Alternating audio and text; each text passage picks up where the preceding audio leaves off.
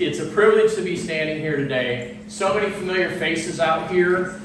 So many familiar faces that had so much to do with the development, the maintenance, and everything that went with Casey Lake and Hickory Hills throughout its history.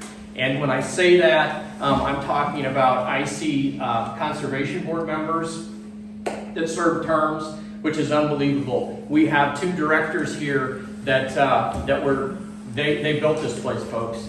And it's wonderful that they're here. I see all kinds of people that I know use this park and are loyal to us and just wonderful people, and it's so nice to have all of you here today. We didn't know what to expect for a crowd. This is pretty big, so thanks to social media, or maybe thanks to the interest of everyone, but maybe it's just because this project was so amazing and so great, you all wanted to come and celebrate. And I hope that's what it's for, because this has been an amazing accomplishment, huge success, and it will show that over the next 50 years, I hope. So anyway, as we move on, I'm going to kind of lead us through the day here today, and I won't take up too much of your time. I'm not going to throw out a lot of facts and figures and things like that. You're going to see those back here. And so when you get bored with me talking, just watch the screen. It's really pretty good. We have a GIS employee, technician, so to speak, and he did all this drone footage for us. And he's got this whole watershed taken into account here, and you can just tour this whole thing by watching this. It's amazing, and you know, it's great to be able to have this. And he did such an amazing job. We've used this before. And I'm sure we'll use it again. So enjoy the view behind, and again, I'll try not to bore you guys for too long. So anyway, like every project out there, you know, we had a vision a long time ago. We knew that the health of Casey Lake was deteriorating, like a lot of lakes do in the state of Iowa. And Casey Lake was 50 plus years old, and we didn't have the greatest watersheds placed above it when it was built. And that led to erosion, and it led to ultimately the situation that we were in years ago, 7, 8, 9 years ago, a little longer than that, when we knew that there were problems and things were going to have to be done. So we knew that we wanted to do something. We knew it was going to end up most likely a full lake restoration, but getting there was kind of the scary part. How are we going to do all that? So anyway, in February of 2019, we pulled a meeting right in this building, and almost everyone that was at that meeting, I believe, was here. Conservation staff was here. We had people from the Iowa Department of Natural Resources Lake Restoration Program here, and you're going to hear from those people today. We had staff, our fisheries, state fisheries guys were here, and we all got to sit down in this little room, and we started talking about what this whole thing was going to encompass. In a perfect world, in my perfect world, my simple world, I would have said, oh, this is easy. Pull the plug on the lake, drain the lake, get the sediment out of there, throw some fish habitat on the bottom, plug the lake again, and we're back in business. It's just so much more complex than that, folks. And that meeting that day was a real eye-opener. For me, I left there, I have to say, it was intimidating. It was created some anxiety, and I just sat there and go, wow, how are we going to pull this thing off? It was big, but I knew we had a lot of professionals involved, and they were going to take us through this thing, and it was going to work out. Never at any point did myself or any of this staff think we weren't going to do this because it was just too big. We were going to do this, and we were going to do it for a lot of reasons. We knew the end product would be exactly what we have out here now. It was going to be clearer water. We were going to be doing something for the environment that we need to be doing more of. And that is, working on water quality in the state of Iowa. That's what this project is about. And everything that was done is just it's a learning lab. This place is a learning lab to bring youth, adults, anyone that wants to listen, and walk through that watershed and find out all the things that were done to slow that erosion down, keep this from happening again. Eventually, yes, you're going to get erosion in this lake, but who's to say that what we've done now won't keep this lake healthy and a great outdoor recreation opportunity for so many for 75 years, 100 years. I don't know what it'll be. Well, only time will tell. But we were able to hit the reset button, and I think we've got a very healthy lake. Beautiful, clear water. If you have time to spend time, walk around it, you're going to see all that. So anyway, it was a thrill to be a part of this. It's a privilege to be a part of this. Just a few of the items that were big goals or elements of this project that we had to go through. Again, I mentioned sediment removal. That was a big part of this. Stream restoration on the west end of this lake. We had to do some stream restoration to, again, deal with erosion and sediment that comes into the lake. 4 bays were added to the lake. You'll eventually see on here the explanation of a 4-bay, or we'll show it, but basically we put more dam systems in to capture that water, slow it down, and let that sediment drop out before it actually reached the lake. And so that work was done. Our watershed, which had been established back in, I'm just going to throw 06, 07, 08, something like that. Our watershed that had been placed up there, even those BMPs, or those little dams that were built, they had lost half their life because they were full of erosion already. Their volume was dwindling and it was gone. It couldn't hold the water that it needed to hold. And so we had to start there, and those little ponds had to be restored, excavated, so to speak, and put back in place. So there was just so much to get ready for all of this. Shoreline armoring, that was huge. We all know what wave action will do to shores that aren't taken care of the right way. And we saw it with over the 50-year lifespan of this lake before. And so a lot of shoreline armoring was done. And then an incredible amount of fish structure was put on the bottom of this lake. If you're a fisherman, the future's bright. I don't know what else to say. We have photos of what this lake looks like. A lot of those structures have been marked with GPS or GIS or whatever you want to call it. You can find those things whether you're ice fishing or whether you've got a boat out there. But anyway, so much work was done with the habitat, fish habitat. So along the way, again, when I talked about this being intimidating and what came out of that meeting, one of the big things that came out of the meeting, as we all knew it was going to be, how are we going to fund this thing? It just looked like a beast. And again, it couldn't have been done without the restoration program that the state of Iowa offers. And so some of the funding sources that we were able to work with and acquire some funding include, again, the Iowa Department of Natural Resources Lake Restoration Cost Share Program. That was just amazing. We couldn't have done it without them. And we're so fortunate that the state of Iowa has something like that. And it's just wonderful. Our Blackhawk County Board of Supervisors, if they wouldn't have gone along for the ride, folks, we wouldn't have been able to do this. And it was a situation where we left that meeting and we go, well, we got to sell it to them. We got to do something. We got to get them on board. Trust me, folks. We didn't have to sell anything to those supervisors. We walked in and told them this needs to be done, and they said, get after it. I mean, it was that quick. And when you have that kind of support for your natural resources and your outdoor recreation, only good things are going to happen. And this is a classic example of that.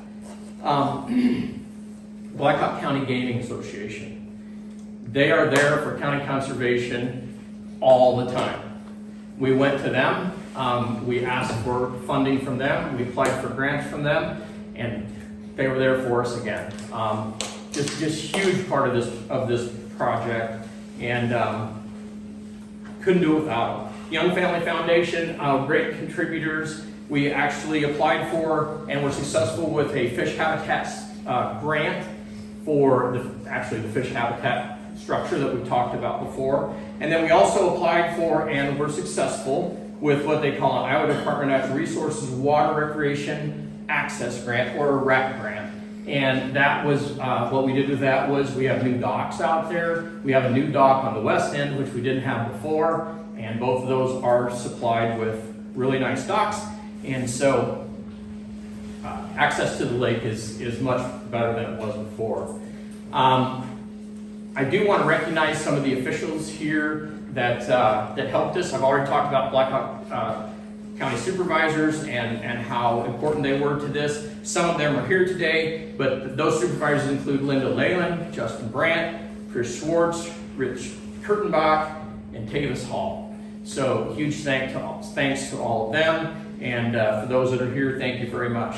Also, our Blackhawk County Conservation Board, they were another one. Obviously, we didn't have to convince them. They knew what this was about. They were along for the ride from the beginning, and they knew this had to happen. And they were such huge supporters with anything that staff did as far as getting ready to go with this. And our current board members include Terri Rogers, John McNamee, Mike Bonzer, and Travis Turpin. And we just are so happy to have their support. And finally, I'd like to recognize some of the partners that helped with this project and made it happen. First of all, again, our Iowa DNR Lake Restoration Program. Michelle's here. You're going to get to hear from her in just a little bit. So I'm not going to get into too many things with that because she's going to be so much better at explaining that than me. It'll be wonderful. The Department of Natural Resources, engineer Jason. I know Jason's here somewhere. I saw him. There you are. And if you guys, raise your hand or something just so everybody can see you, because along the way, folks, there's going to be time to mingle and ask questions and things like that. And if you ever had questions and you didn't know who to ask them to, a lot of people in here that could do that for you. So Jason, thank you very much for being here. Our fisheries biologists, Dan Kirby and Mark Wynn, I think they're both here. They're both here in the back. Those two are the best. They've already got fish swimming in this lake and catchable fish already. So the future is going to be great. Shai Haver was the engineer on this project, and I know Luke and Michael are here, but we want to also thank their staff too. They were amazing people to work with. Three Oaks Construction, Kelly is here. Just an amazing construction company. We do a lot of projects. I just got to throw this extra out there. We do a lot of projects with different things, bike trails and different things like that. And every now and then you run into contractors and you wrestle with a little bit, things like that. I'm going to tell you, Kelly, you were absolutely fantastic. Al worked with Kelly. It was amazing, and whatever we wanted, Kelly took care of it for us. And again, the end result is sitting out there for everybody to go see. Thank you so much, Kelly. Shares Landscaping, the fishing nodes, and the stone terrace, those things were all done by Shares. It was Ryan and his crew were amazing. And then Peterson Hudson Harbor Plumbing and Heating, they developed all the fish habitat that's on the bottom of the lake, and again, they did an amazing job, and the fishery will show that down the road. I have one last thing, and then I'm going to kind of get out of the way for just a little bit here. I wanted to take this opportunity. I've got quite a bit of the staff is here today, and I asked them to be here. I thought this is a big day, and they could certainly take away from some of the things that they were doing. But I'd like all the Blackhawk County conservation staff to at least raise their hand and let everybody know who you are. There's lots of them here.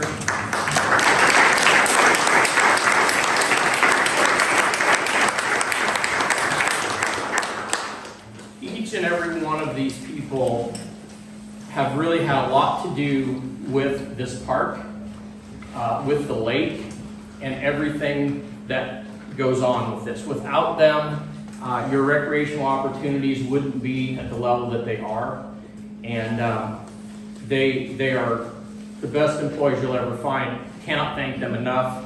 And I'm so happy that they're here today. But I wanted to recognize them. And then one more thing I just wanted to throw out there. There is one employee that I'm going to call out here, and I just think the timing is really good for this. Al Fink. Al Fink is the unit manager here, or the park ranger manager here at Hickory Hills. Al came here in 1992, right? 1992. He worked every day of his career in this park. You can go across the state anywhere and you talk about Hickory Hills Park, and they're going to go, oh yeah, Al Fink. Yep. You can talk about the bison here, and they're going to go, oh yeah, Al Fink. Yep, we know that. So 34 plus years Al has been here and taking care of this place, And I know he and I had a few small conversations about how really cool it would be if he and I could get to see this happen before we both went down the road. And we got it done. And it got close because I don't like to throw things out, but I think Al has a retirement date. And I just wanted to give him a huge round of applause for all he's done for this place for 34 years.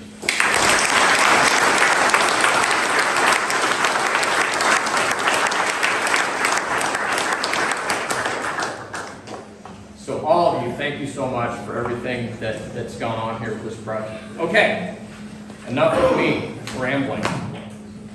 Our first speaker, I brought this up several times, is Michelle Balmer. She is the Restoration Program Coordinator for Iowa DNR, Lake Restoration Program Coordinator. I'm going to give her the podium now and let her talk about a few facts I didn't bring up. Well, thanks, Mike. And thanks everybody for joining us this afternoon. We're really lucky in that our program gets to work around the state with so many different partners. And I gotta say, you've got an amazing captain leading the ship here and an awesome team that are leading Black Hawk County. It's really visionary how much the county works together and all the things that they're able to accomplish when they put their minds to it. And Mike didn't acknowledge himself in all of it, but I really want to acknowledge Mike's vision for this, and again, Al and Cherie, who was keeping all of the ducks in the row on the entire project throughout, from day one through construction completion, and even today. And so I want to thank them. The team here is phenomenal, and we're really, really lucky that we got to be a part of this project.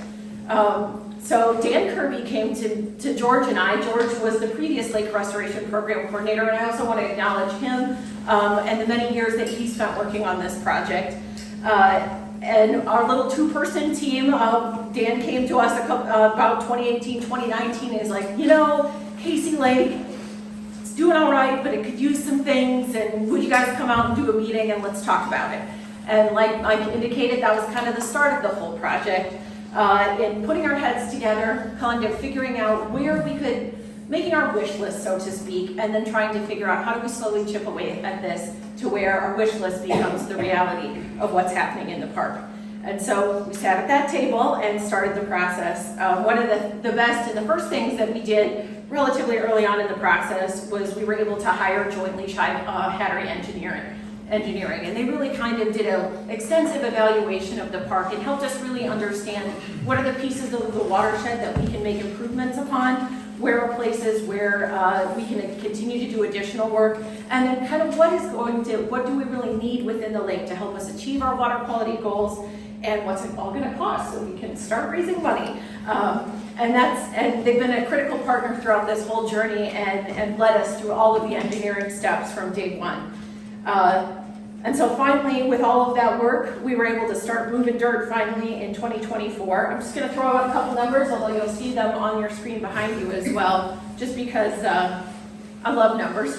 A little over 138,000 cubic yards of sediment were removed from this lake, and over 3,000 feet of shoreline were stabilized, which are pretty big numbers for a 38-acre lake. 4 of the ponds that were already existing in the watershed were renovated, as Mike kind of alluded to, and then we found opportunities for 3 new ponds or 4 bays to really help capture some of that sediment from the watershed. Mike also talked extensively about the fish habitat that's been put in place, but one of the goals with any project, and I think it really is shown beautifully here, is just how much the county in particular has worked to improve access to the lake and recreational opportunities through the new stone terrace, those expanded jetties, and then lots of fish habitat within the lake for anglers to take advantage of.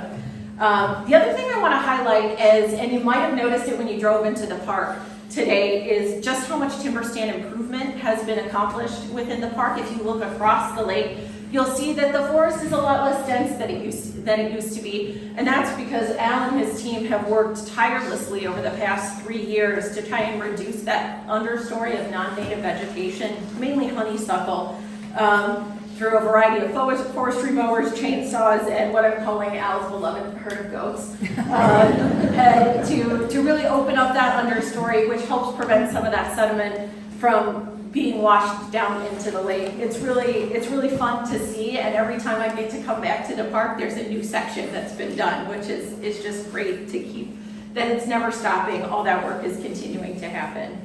I want to talk a little bit about our program and our role within this park. Certainly, I work with the Lake Restoration Program at Iowa DNR, and we're a 2-person team.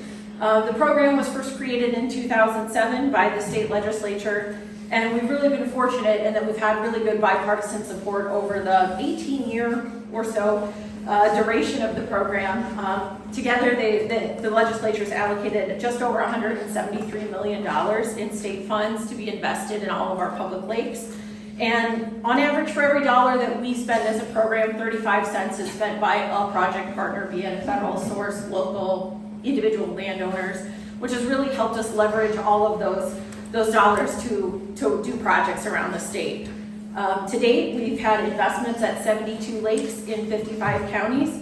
So I'm really fortunate in that I get to work with a lot of different groups around the state, and I feel like I can say this with confidence, you really have the best here. You got a great team. And so we were thrilled to be brought in and kind of brought to the table as a partner for this project.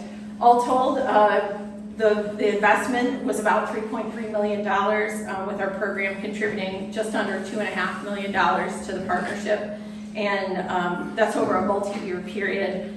I'm always thankful with the relationships that we get to cultivate as a part of these projects. I feel like I get to make friends in every part of the state as we work together to try and improve water quality and recreational opportunities and access for people. And so I'm just thrilled to get to come back and now get to take my family here to check out the lake. You know, you really have a jewel here at Hickory Hills Park with Casey Lake. The park attracts over 40, by our metrics, the park attracts over 40,000 visitors each year, and on average it serves as a really important local resource. The median travel distance is right around 30 miles, so you're pulling from several county areas with really popular activities. Camping is a huge driver here at the park, and a lot of people like to hike, and of course they'll be coming to enjoy the new and improved fishery here as the fish continue to grow. And it's a huge economic boost for the county as well. We at the DNR have done some surveys and over the past couple of years and serving some of the users at the park when they're visiting. On average, the users that we got to survey are spending about $170 per each of their trips. So when you add all that up in gas and food and fishing supplies, it really contributes to a lot of different places within the local economy. Those are really all the things that I brought. I'm just incredibly grateful to our team and want to acknowledge again both the folks on the DNR team and Shive and the park staff.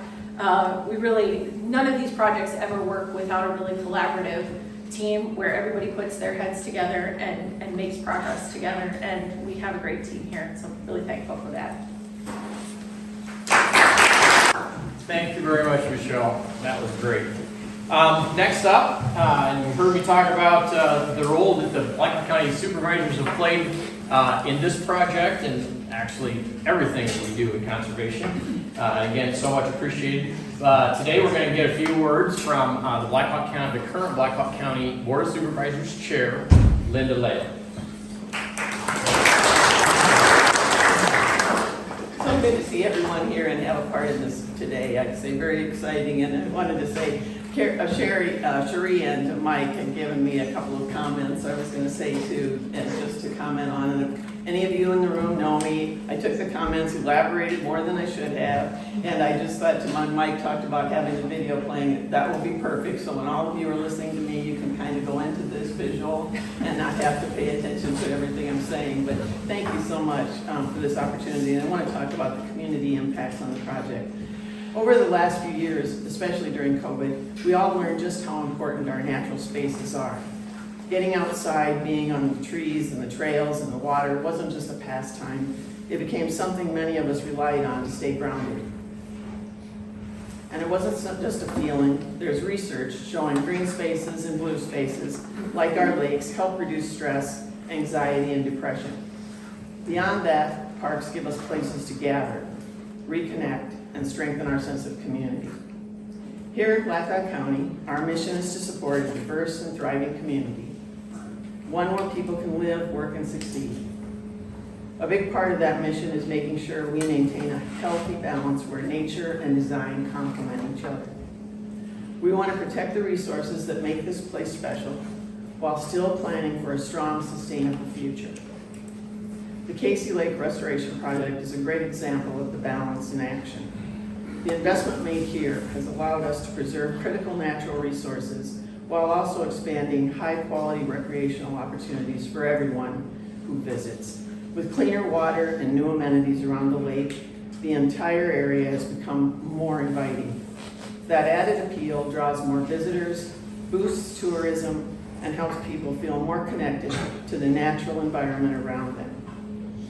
Mike has given so much credit to all of you in this room, and I said, and there's all of you have played a part, whether you're a visitor, whether you're the project engineer, whether you're contractors, whether you're staff, but I want to particularly thank Mike and the conservation staff. I can't say enough about how great you are at bringing this project to life. Your commitment is what makes projects like this not only possible, but successful. So thank you so much. Thank you very much, Linda. Got one more speaker here today, and Terri Rogers is going to represent the Blackhawk County Conservation Board today, and I know Terry's got some wonderful information for us. So Terri Rogers. Thank you. Actually, most of what I was going to say has been covered, but I wanted to talk about COVID. Everybody was bored, senseless in their homes, and you had people all of a sudden appreciating the natural world around them, coming out to our parks and anything in the natural world just to make a connection. And so I think that showed everyone, whether it be people on the Board of Supervisors or just the general public, how much this means to us. In addition, we've had, since I've been involved in Hickory Hills, we have two former directors that are here. We have Steve Finnegan and Vern Fish, and thank you, Vern. I knew Steve was here.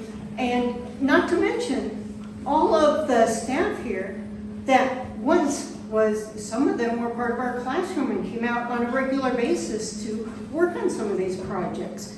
And what are we working on? Well, decades ago, we knew about the importance of the sediment carrying our nutrients.